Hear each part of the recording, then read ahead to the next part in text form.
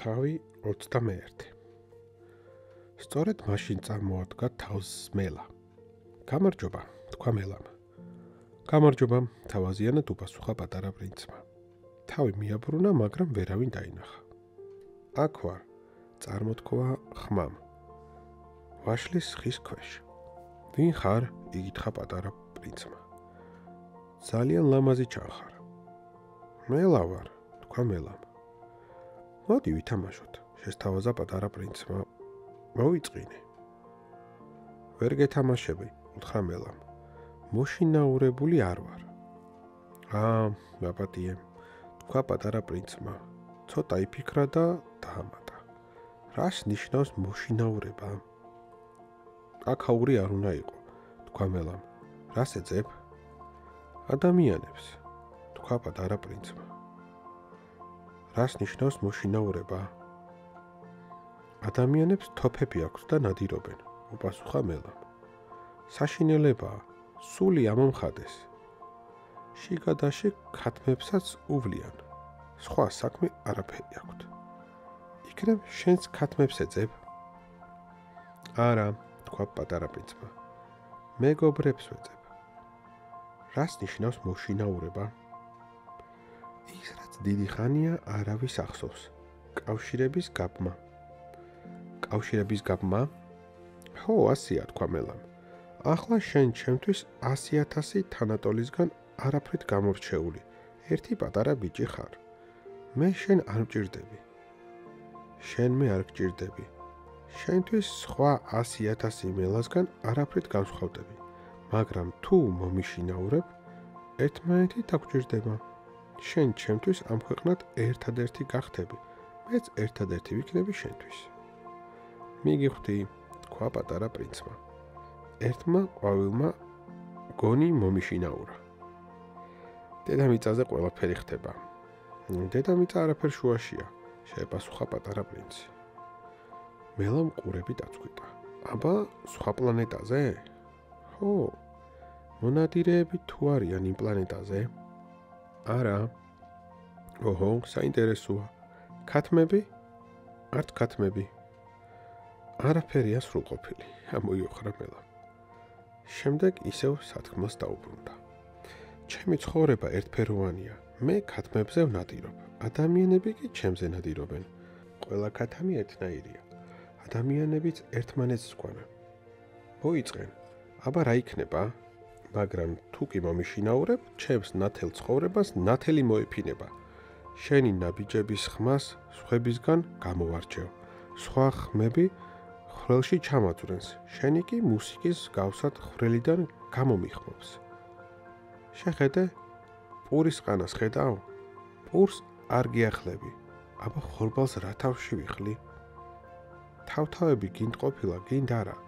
პურის ყანა არაფერს მახსენებს.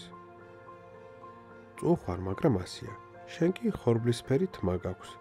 ხო და წარმოიდგინე, რა კარგი იქნება, როდესაც მომიშინაურებ. თავთავების ვარაყი შენს თმას გამახსენებს. ყანაში ქარის შრიალსაც შევიყვარებ. მელა გაჩუნდა და პატარა პრინცს მიაცქერდა. გთხოვ, მომიშინაურე. ძალიანაც მინდა, მაგრამ არ მცალია, უპასუხა პატარა პრინცმა. მეგობრები უნდა გავიჩინო და ბევრი რამ ვისწავლო. მხოლოდ იმას გაუგებ, ვისაც მოიშინაურებ, უპასუხა მელამ. ადამიანებს არაფერი ესმით. ისინი ვაჭრებთან ზამზარეულ ნივთებს ყიდულობენ, მაგრამ მეგობრებით არავინ ვაჭრობს. ადამიანებსაც აღარ ყავთ მეგობრები. მეგობარს თუ ეძებ, მომიშინაურე. რა უნდა გავაკეთო? კითხა პატარა პრინცმა. თავარი მოთმინებაა, უპასუხა მელამ. ჯერ ვითომ არაფერი, შორი ახლო დაჯდები ბალახზე. ცალთვალს შენსკენ გამოვაპარებ. შენ არ შეიმჩნევ. პრინცაც არ დასწრავ. სიტყვებს მუდამ გაუგებრობა ახლავს. მაგრამ შეგიძლია ყოველ დღე ნელ-ნელა მომიჩოჩდე. მეორე დღეს პატარა პრინცი მელასთან დაბრუნდა. უმჯობესია მუდამ ერთსა და იმავე დროს მოხვიდე, უთხრა მელამ. როდესაც მეცოდინება, რომ 4 საათზე გნახავ, 3 საათიდან შენი ხილვის ბედნიერებას დაველოდები. რაც მეტი დრო გავა, მით მეტად ბედნიერად ვიგრძნობ თავს. 4 საათზე ავწრიალდები და ავფორიაქტები. ბედნიერებასაც მაშინ გავუგებ გემოს. მაგრამ თუ კი იმ დროს მოხვალ, როცა მოგესურვება, ვერასოდეს მივხვდები, როდის გავიხალისო გული. რიტუალი უნდა დავიცვათ. რიტუალი რა არის? ესეც კარგახანია დავიწყების წყალს გაატანეს, თქვა მელამ. ეს იმას ნიშნავს, რომ ერთი დღე განსხვავდება სხვა დღეებისგან. 1 საათი კი სხვა საათებისგან. მონადირეებს საკუთარი რიტუალი აქვთ. 5 შაბათობით სოფლის გოგოებთან ცეკვავენ. დღე კი არა, მისწრებაა. შემიძლია ვენახებისკენ ჩავიარო. ყოველ დღე რომ ცეკვავდნენ, ყველა დღე ერთმანეთს ემსგავსებოდა, ხოდა მეც მოსვენება არ მექნებოდა. ასე და ამგვარად პატარა პრინცმა მელა მოიშინაურა და როდესაც განშორების დრო დადგა, მელამ თქვა: ცოტაც და ავტირდები. შენს თავს დააბრალე, უთხრა პატარა პრინცმა. მე შენთვის ცუდი არ მინდოდა, გინდა თუ არა მომიშინაურეო დაიჩემე. რაც მართალია, მართალია, თქვა მელამ. შენ კი ტირილს აპირებ, გაიკვირვა პატარა პრინცმა. სხვა რა ვქნა, თქვა მელამ. გამოდის ხელი მოგეცარა? არა, მოგებული დავრჩი, უპასუხა მელამ. ყანის ფერი შენს თმას გამახსენებს. შემდეგ დაამატა: ვარდები მოინახულე. მიხვდები, რომ შენი ვარდი ერთადერთია ამ ქვეყნად. მერე მოდი და დამემშვიდობე. მე კი ერთ საიდუმლოს გაგანდობ. პატარა პრინცი ვარდების სანახავად წავიდა. ჩემს ყვავილთან ახლოსაც ვერ მოხვალთ, ამიტომ ჩემთვის არაფერს წარმოადგენთ, უთხრა ვარდებს. არავის მოუშინაურები ხართ და არავინ მოგიშინაურებიათ. ჩემი მელაც ასეთი იყო. 100,000 მელასგან ვერ გამოარჩევდი, მაგრამ დავმეგობრდით და ახლა იგი ერთადერთია ჩემთვის. ვარდებმა დაიმორწყვეს. ლამაზები ხართ, მაგრამ უსულო, დაამატა პატარა პრინცმა. თქვენთვის თავს არავინ გაწირავს. რა თქმა უნდა, შემთხვევითი მგზავრისთვის ჩემი ვარდი თქვენგან არაფრით გამოირჩევა, მაგრამ თქვენ ყველას ის ერთი მირჩევნია, რადგან მხოლოდ მას ვრწყავდი, მხოლოდ მას ვიცავდი მინის ხუფით, მხოლოდ მის ფოთლებზე ვკლავდი ჭიაღუებს. 1-2 თუ დავზოგე, ისიც პეპლების ხათრით, მხოლოდ მის ჩივილს და ტრაბახს უსმენდი, ზოგჯერ სიჩუმესაც, იმიტომ რომ ჩემი ვარდი იყო. მერე ისევ მელასთან დაბრუნდა. შვიდობით, უთხრა მელამ, ჩემი საიდუმლო ერთო მარტივია, გაგანდობ. დასანახს მხოლოდ გულით დაინახავ. თავარი თვალისთვის უხილავია, გაიმეორა პატარა პრინცმა, რომ არ დავიწყებოდა. შენი ვარდი განსაკუთრებული იმიტომ გეჩვენება, რომ მის მოვლას დრო შესწირე. მის მოვლას დრო შევწირე, გაიმეორა პატარა პრინცმა, რომ არ დავიწყებოდა. ადამიანებს აღარ ახსოვთ ეს ჭეშმარიტება, თქვა მელამ. შენ კი გახსოვთ ეს. მუდამ პასუხს აგებ იმისთვის, ვინც მოიშინაურე. შენ პასუხს აგებ შენი ვარდის წინაშე. მე პასუხს ვაგებ ჩემი ვარდის წინაშე, გაიმეორა პატარა პრინცმა, რომ არ დავიწყებოდა. თავი 22. გამარჯობა, თქვა პატარა პრინცმა. გაგიმარჯოს, უპასუხა მეისრემ. აქ რა საკეთებ? იკითხა პატარა პრინცმა. გზავრებს ვახარისხებ. 1000 კაციან ჯგუფებად, უპასუხა მეისრემ. მერე მატარებელს ვამგზავრებ, რომლებსაც ისინი ხან მარჯვნივ მიჰყავს, ხან მარცხნივ. გაჩახჩახებულმა სწრაფმა მატარებელმა გრიალი ჩაიარა და მეისრის ჯიხური შეაზანზარა. ძალიან ჩქარობენ, თქვა პატარა პრინცმა. რას ეძებენ? ეს მე მანქანემაც არ იცის, თქვა მეისრემ. საწინააღმდეგო მხრიდან მეორე მატარებელმა ჩაიარა ღრიალით. ასე სწრაფად დაბრუნდნენ? ესენი სხვები არიან, თქვა მეისრემ. ერთმანეთს ენაცვლებიან. იქაურობა არ მოეწონათ? სადაც ვართ, იქ ყოფნა არ მოგწონს და ისევ ქუხილით ჩაიქროლა ჩახ-ჩახა მესამე ჩქარმა მატარებელმა. პირველ მგზავრებს მისდევენ? იკითხა პატარა პრინცმა. არავისაც არ მისდევენ, თქვა მეისრემ. ვაგონებში ზინავთ ან ამთქნარებენ, მხოლოდ ბავშვები იჭყიტებიან ფანჯრებიდან. მხოლოდ ბავშვებმა იციან, რასაც ეძებენ, თქვა პატარა პრინცმა. ნაჭრის თოჯინას, ძებნას გადაჰყვებიან. სხვაზე არაფერზე ფიქრობენ, ხოდა თუ ვინმე წაართვა, ტირილს მოჰყვებიან. ბედნიერები არიან, თქვა მეისრემ. თავი 23. გამარჯობა, თქვა პატარა პრინცმა. გაგიმარჯოს, თქვა ვაჭარმა. ვაჭარი წყურულის მოსაკლავი გაუმჯობესებული აბებით ვაჭრობდა. კვირაში ერთს გადაყლაპავდი და წყურულსაც დაგავიწყებდა. რატომ ყიდი?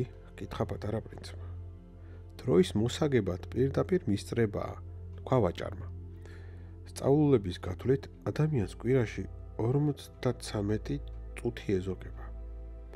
ამ 53 წუთს რაში ხარჯავს? რაშიც მოეპრიანება? მე რომ 53 წუთი მომცა, ნელა გავუყვებოდი გზას შადრევნისკენ, გაიფიქრა პატარა პრინცმა. თავი 24. უდაბნოში ავარიის მერვე დღე იყო. ვაჭრის ამბავს უსმენდი და ჩემი წყლის მარაგის ბოლო წვეთებს სვამდი. ლამაზი მოგონებებია, უთხარი პატარა პრინცს. მაგრამ ჯერ თვითმფრინავი არ შემიკეთებია, წყალიც გამომელია. რა ბედნიერი ვიქნებოდი მეც შადრევანისკენ რომ მივდიოდე. იცი, წამოიწყო პატარა პრინცმა. ჩემმა მეგობარმა მელა რა მოსატანია. რატომ? იმიტომ რომ წყურულით მოვკვდებით. ვერ გამიგო და მიპასუხა. მეგობრის ყოლა ბედნიერებაა მაშინაც კი, როდესაც სიკვდილის პირას ხარ. მიხარია რომ მელა ჩემი მეგობარია. ხიფაც ვერ ხვდება, გავიფიქრე. შიმშილი და წყურული არ ადარდებს. ცოტა მზეც ყოფნის. პატარა პრინცმა შემომხედა და ჩემს ფიქრს გაეპასუხა. მეს მწყურია. ჭა მოვძებნოთ. ხელი უღონოდ ჩავიქნიე. ამუკიდეგანო უდაბნოში ალალბედზე ჭას სადიპოვი. მაგრამ გზას მაინც დავადექით. დიდხანს უხმოდ დავეხეტებოდით უდაბნოში. ამასობაში ღამე ჩამოწვა და ცაზე ერთმანეთის მიყოლებით აკიაფდნენ ვარსკვლავები. მეჩვენებოდა რომ ვარსკვლავებს სიზმარში ვხედავდი. წყურულმა ციებ-ცხელება შემყარა. გონებაში პატარა პრინცის სიტყვები მიტრიალებდა. შენც წყურია? შევეკითხე. კითხვა ჰაერში გამოეკიდა. უბრალოდ მითხრა. წყალი ზოგჯერ გულსაც უხდება. ვერ მივუხდი, მაგრამ არაფერი მithქვამს. ვიცოდი, კითხვებით ვერას გამორჩებოდი. დაიღალა და მიწაზე დაჯდა. გვერდით მივუჯექი. ცოტა იყუჩა, ბოლოს თქვა. ვარსკვლავი ლამაზია. ყვავილი ალამაზებს, თუმც კი თვითონ არ ჩანს. რა თქმა უნდა, უპასუხე. მერე გავჩუმდი და თვალის შუქზე ქვიშის გორაკებს გავხედე. უდაბნოც ლამაზია, დაამატა პატარა პრინცმა. მართალს ამბობდა, მე ყოველთვის მიყვარდა უდაბნო. ქვიშის გორაკზე ჩამოვჯექით. ვერაფერს ხედავდით და არაფერი გვესმოდა. და მაინც რაღაც თალად ციმცმევდა სიჩუმეში. უდაბნოს ის ალამაზებს, რომ მის სიღრმეში ჭაიმალება, თქვა პატარა პრინცმა. უცებ გაუცებულმა ამოვიცანი ქვიშის იდუმალი ციმციმი. ბავშვობაში ერთ ძველ სახლში ვცხოვრობდი, რომელშიც გადმოცემის თანახმად განძი უნდა ყოფილიყო დამალული. რა თქმა უნდა, განძს ვერავინ მიაგნო. შეიძლება არც უძებნიათ, მაგრამ იგი სახლს იდუმალ ხიბლს სცემდა. სახლი გულის სიღრმეში საიდუმლოს მალავდა. დიახ, უთხარი პატარა პრინცი. სახლი, ვარსკვლავი და უდაბნო თვალით მიუწვდენელია. ხიბლს თვალით ვერასოდეს იხილავ. მიხარია, რომ ჩემი მელასავით ფიქრობ, მითხრა პატარა პრინცმა. პატარა პრინცს ძილისგან თვალები ეხუჭებოდა. ხელში ავიყვანე და გზას გავუყევი. ასე მეგონა ფაქის განს ვარწევდი მკლავებში. ისიც კი გავიფიქრე, ამაზე ძვირფასი დედამიწაზე არაფერი მეგულება მეთქი. მთვარის შუქზე მივუყვებოდი მის ფერმკრთელ შუბლს, დახუჭულ თვალებს, ნიავისგან აწეწილ ქოჩორს და ვფიქრობდი. ის, რასაც ვხედავ, მხოლოდ ქერქია, მთავარი უხილავი რჩება. სახეზე ღიმილი დაეფინა და მე გავიფიქრე. ის, რაც ამ ძინარე პატარა პრინცში მხიბლავს, ყვავილისადმი ერთგულებაა. მისი ხატება ძილშიც კი ლამპარივით ანათებს. კიდევ უფრო სათუთი მეჩვენა პატარა პრინცი. ლამპარს ზრუნვა არ უნდა მოაკლო. სიოს ერთი დაბერვა და წამსვე ჩაქრება. ხო და ასე სიარულში განთიადისას ჭას მივადექი.